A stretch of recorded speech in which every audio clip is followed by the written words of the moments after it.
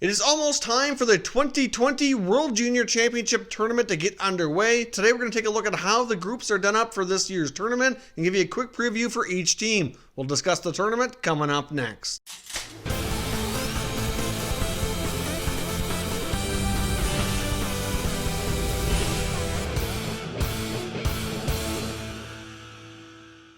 So welcome back here to Top Shelf Hockey. As I mentioned, we're not that far off from Boxing Day. As I record this video is currently Christmas Eve, December the 24th. We're only 2 days away from the World Juniors, 1 day away from Christmas. It's certainly a very exciting time of year. The World Junior Tournament, in my opinion, is one of my favorite times of year for being a hockey fan. There's all kinds of great hockey. These guys usually put on a very entertaining show, and this tournament can be very difficult to predict on who's going to win. Year after year, there's many strong nations who put forth an excellent team with an excellent shot to win. All kinds of exciting hockey action. If you're new to this tournament, I highly recommend you check it out whenever possible. In Canada we have great coverage through TSN.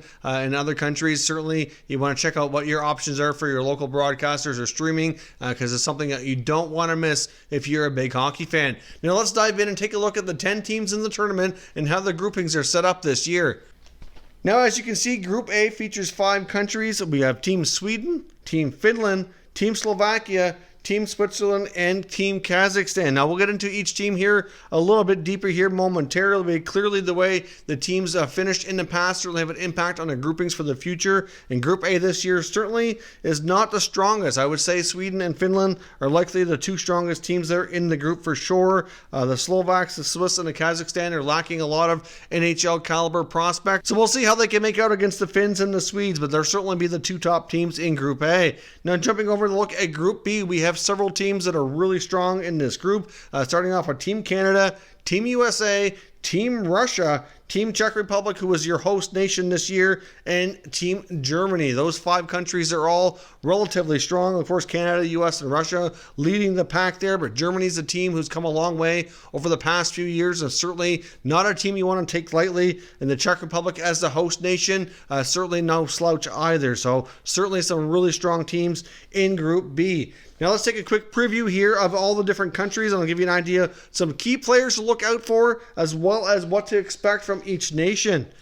Now I'm going to kick things off here with Team USA. Team USA, in my opinion, is one of the strongest teams in this tournament. On paper, they look like they have an excellent shot at winning. Can they deliver the results that they're capable of? I guess we will find out. But they certainly have an excellent looking roster led by goaltender Spencer Knight, who was a top draft pick of the Florida Panthers last year. He's tearing it up in the NCAA and college hockey this year. One of the top goalies in the country. One of the best goalie prospects for the NHL for the foreseeable future here. He's certainly proven to be worthy of that first round pick that the Panthers used on him last draft. Team USA is led on the blue line by returning players K-Andre Miller, Matthias Samuelsson, as well as guys like Cam York. It's going to be a very exciting Team USA blue line. They're going to have the ability to move the puck, be strong defensively, provide some offense, and be all around strong at both ends of the ice.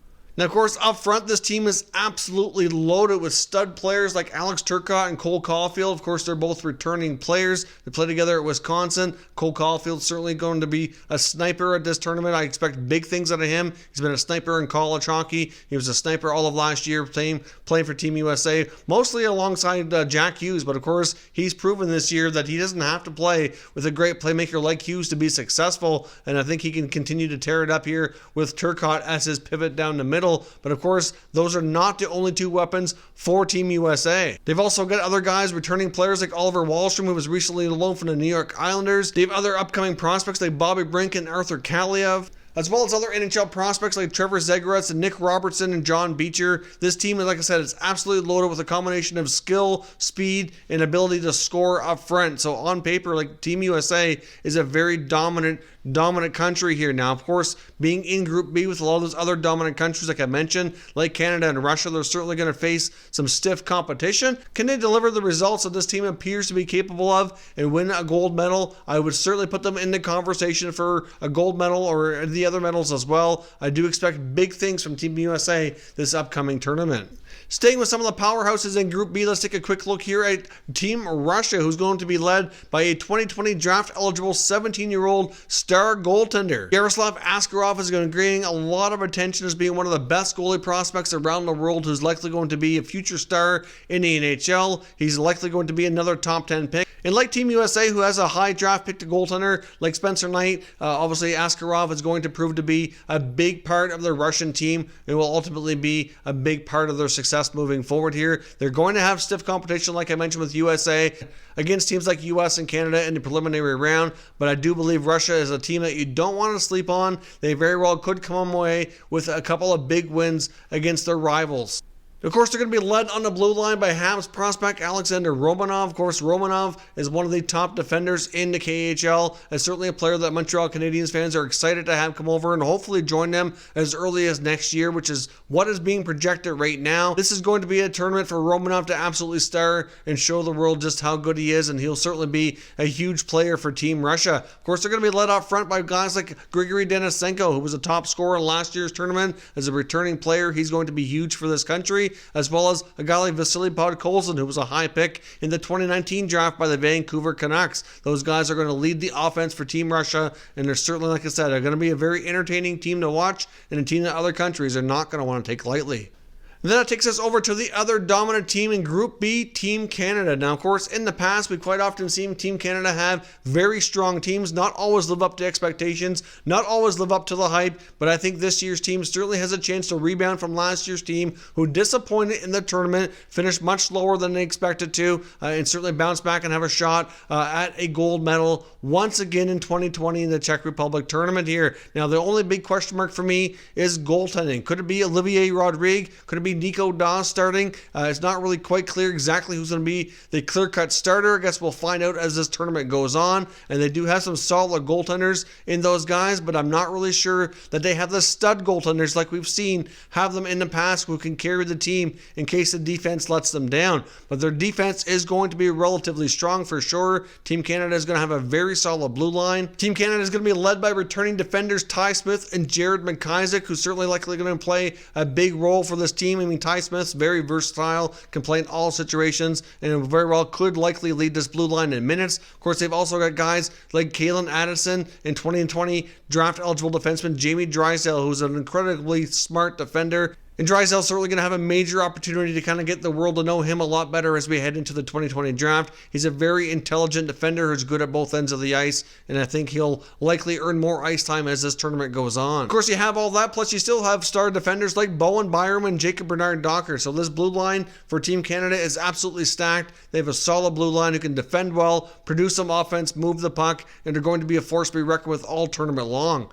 Now up front, Team Canada is actually pretty stacked as well, including the top two guys expected to go in the 2020 NHL Draft. Of course, they have Alexis Lafreniere, who's going to lead this offense for sure, followed by Quinton Byfield, who's also going to be a very solid player in this tournament, is going to be looking to break out and really prove his worth in this Team Canada roster, who has a lot of experience as well. Some other strong returning players, including guys like Joe Veleno, who was loaned from the Detroit Red Wings. Of course, Veleno's had some pro action. Of course, Veleno's also had 4 years of junior hockey already under his belt after being given the right to join the QMJHL at age 15 as exception. So he's already got tons of experience. He played last year, and he's looking to be taking on a bigger role this year as well. We've also got Barrett Hayton, who was loaned from the Arizona Coyotes. Hayton is certainly going to be likely one of their top, if not their top center iceman in this tournament. It's certainly going to produce a lot of offense. Of course, they've also got plenty of other talent up and down this lineup, including players like Nolan Foote, Raphael Lavoie, Connor McMichael, Aiden Dudas, and others. This Team Canada roster is certainly capable of winning the gold medal, but they're going to have some stiff competition in the preliminary round. Team Canada is not going to have an easy task getting all the way to the gold medal. They're going to run into Team USA in their first game. They're going to have to go through other teams, like I mentioned, like Team Russia as well early on, and those games are going to dictate how much success they're going to have in this tournament. If they can win early on against their rivals, they'll certainly show to have an excellent shot at winning gold. But the big question mark, like I mentioned for me, for Canada, is in goal. I think they're going to be able to score lots and defend well, but will their goaltenders let them down? Now, of course, that brings us to last year's champions, Team Finland. Now, one big blow for the Finns is that top star Anton Lundell will not be in the tournament due to injury. Certainly going to be a big blow, but still, the Finns are going to have a really strong team on paper, even without him. Now, as I mentioned in Group A, it's really just the Finns and the Swedes that are really stronger teams, in my opinion. No offense to the other countries, but I just don't think they have the players and the rosters necessary to really compete and really have a shot at doing much damage in this tournament. Even though it's really, really difficult to win back-to-back gold medals in this tournament, something we haven't seen in a decade, I do think the Finns have an outside shot of winning again. However, the Finns are going to have some pretty stiff competition to get through to win that gold medal, and it's not going to be any easy task. Now, the Finns, once again, are going to have solid goaltending from Avs prospect Justus Annunen. He's been dominating in Liga and is expected to be a major player for the Finns coming into this tournament. Finland has been putting out a lot of strong goalies in recent years, and this year is not going to be any different. Finland's going to be really solid this year, likely led by Winnipeg Jets first-rounder last year, Ville Heinola, who got some NHL action under his belt early on, so we got a taste of what it's like to be a pro, and has since gone back to Europe. But Heinola is certainly going to be playing in all situations and be a major contributor for Team Finland. Of course, their other defenseman, who was a first-round pick, Lassi Thompson of the Ottawa Senators, has been named captain for this year. He's also going to be proven to be very offensive. He's got a wicked shot. He's going to be likely showing some time on a power play, so Thompson's going to be critical for them as well. And they also have NHL prospects Anthony Honka and Tony Uutinen on the blue line as well. So this roster is certainly pretty solid on the back end.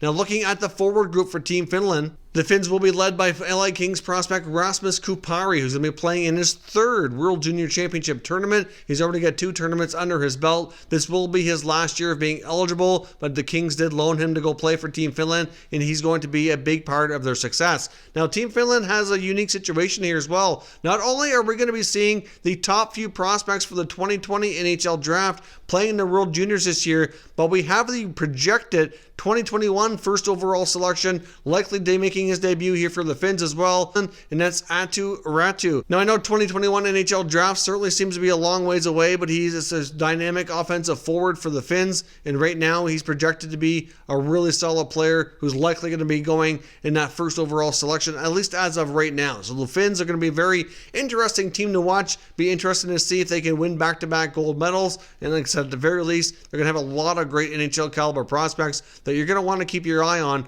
during this tournament.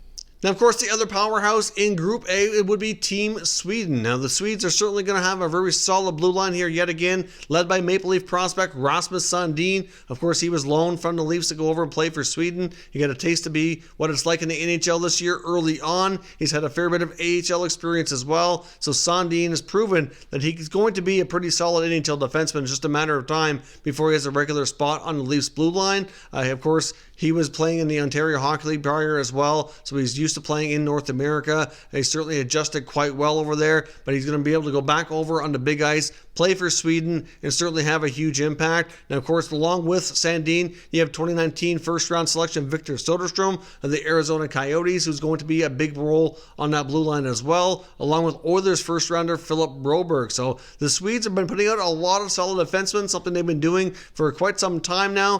So those 3 guys are going to be playing a huge role for the Sweden blue line. The Swedes are also going to be led by a couple of high draft picks for the 2020 NHL Draft. Of course, a couple of guys that are expected to go really high, and that's Lucas Raymond and Alexander Holt. So the Swedish team going to be another team like Canada with a lot of eligible players for the 2020 NHL Draft, expected to go very highly, and are expected to be key prospects of the NHL here in the short term. So they're going to be a very exciting team to watch. And it's based on how the Group A is set up, and besides the Swedes and the Finns, I really don't expect the other teams to be doing a whole lot here. So they should be able to make through to the playoffs and do some damage and have an excellent shot at winning a medal. The Swedish teams, year after year, are always strong, always do well in the preliminary rounds, but in recent years have not been able to get it done in the medal round. So we'll see if Sweden can have a breakthrough year this year at the World Juniors. Now, the host nation, the Czech Republic, unfortunately doesn't have a ton of great looking prospects in my opinion. I'm not sure how well they're going to be able to do, but they are going to have some solid goaltending from Lukas Dostal. He does have the ability to steal games on his own. He's had some very impressive games in international competition in the past, and I do expect big things from him in the future here as well in the NHL and in this tournament. So Dostal is going to be one of the top goaltenders to watch, and if the Czech Republic have any shot at doing any damage or winning winning any games in this tournament, they're going to need him to absolutely stand on his head, and he is capable of doing that. Team Germany also has some very exciting prospects to keep your eye on as well, including 2019 first rounder Mo Seider of the Detroit Red Wings, absolutely stud defenseman. Of course, they also have Tim Stützle as well, who's expected to be a first-round pick in the 2020 NHL Draft. So the Germans are a team, as I mentioned, have been on the rise here over the past few years in various levels of international hockey competition. They're a team you don't want to take lightly and are producing more and more exciting prospects all the time. Hockey's growing quite a bit in Germany at the pro level. They're producing a lot more NHL caliber players, and they're starting to be a lot more competitive at international competition. So I personally can't wait to have a chance to watch Team Germany to see what kind of damage they can do for this year in the World Juniors.